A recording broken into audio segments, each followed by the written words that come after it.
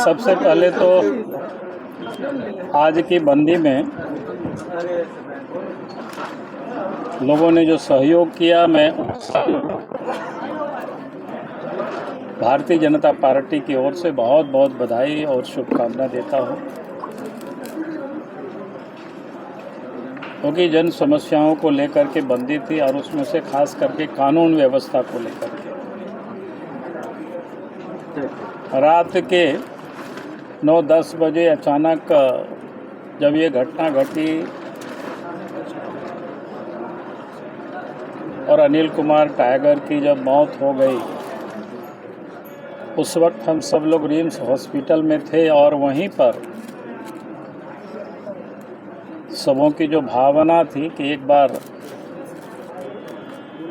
रांची को बंद करना चाहिए, और उस बंद में लोगों ने साथ दिया, सहयोग किया, उसके लिए उन सब को बहुत बहुत बधाई है।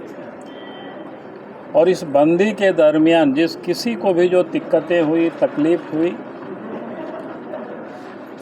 क्योंकि मैं समझता हूं कि जब भी कुछ बंदी होती है तो किसी न किसी को तकलीफ़ होता है, कष्ट होता है। वैसे तमाम लोगों से भी मैं पार्टी की ओर से मैं क्षमा प्रार्थी हूँ, चूँकि विरोध प्रकट करने का लोकतंत्र में यह भी एक तरीका था। और इसलिए हम सब लोग, जबकि झारखंड में लगातार हत्याएं हो रही है और उसके विरोध में कानून व्यवस्था बिगड़ते हुए, उस हालात को देखते हुए सरकार के ऊपर ये दबाव बनाने के लिए कभी कभी ये कठोर कदम भी पार्टी को उठाना पड़ता है। और आज उसी के तहत ही बंद है। लेकिन मैं कहूँगा कि राज्य में जिस प्रकार से जो कानून व्यवस्था बिगड़ी हुई है और इस कारण से आए दिन घटनाएं घट रही हैं, हत्या, चोरी, डकैती, अपहरण, ये खुलेआम हो रहा है। सर, वजह क्या मानते हैं? और उसकी वजह मैंने पहले भी कहा है कि अब झारखंड राज्य में अगर आप देखें पुलिस व्यवस्था किस प्रकार से है। झारखंड में एक पुलिस डीजीपी है, अब उन्हें वही डीजीपी के ऊपर सीआईडी के भी डीजी है,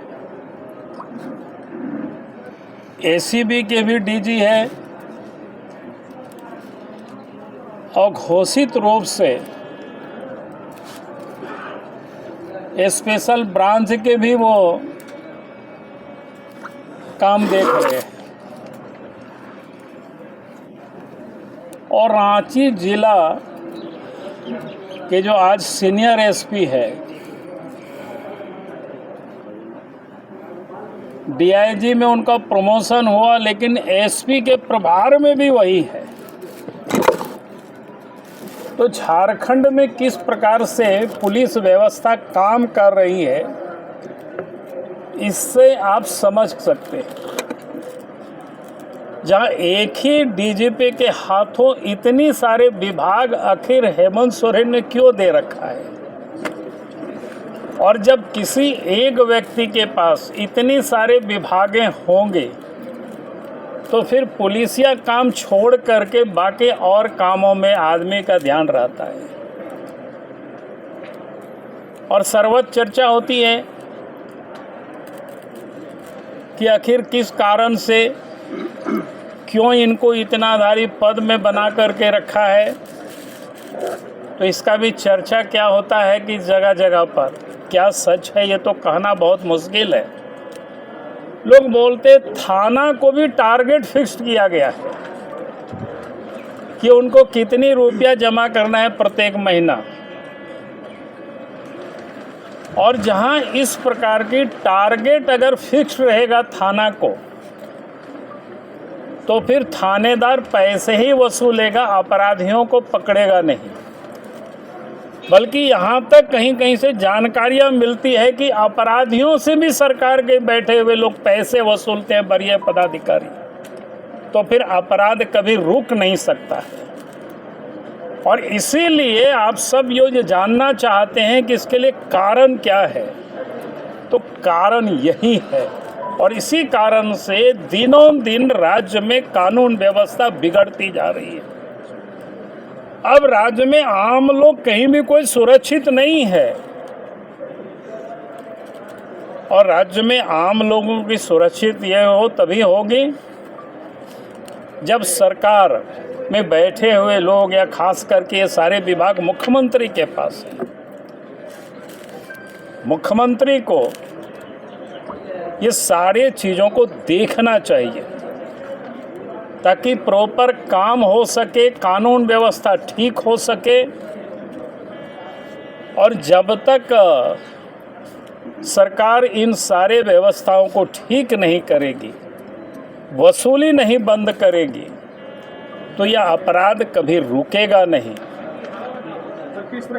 और अभी तो मैंने सब बताया, वसूली की जो चर्चाएं सभी है, चाहे कोयला का हो चाहे ज़मीन का हो, इसी में सारे कारोबारी से या गुंडों बदमाशों से भी यह वसूला जाता है। और इस कारण से आज अगर कहीं भी आप जाएंगे तो लोग कहते हैं, गांव के लोग थानेदार आवेदन नहीं लेते, एफआईआर नहीं लॉन्च करते, कार्रवाई नहीं करते हैं। ये आम घटनाएं हैं। भगवान करे आप सब लोगों को थाना जाने की नौबत नहीं पड़े।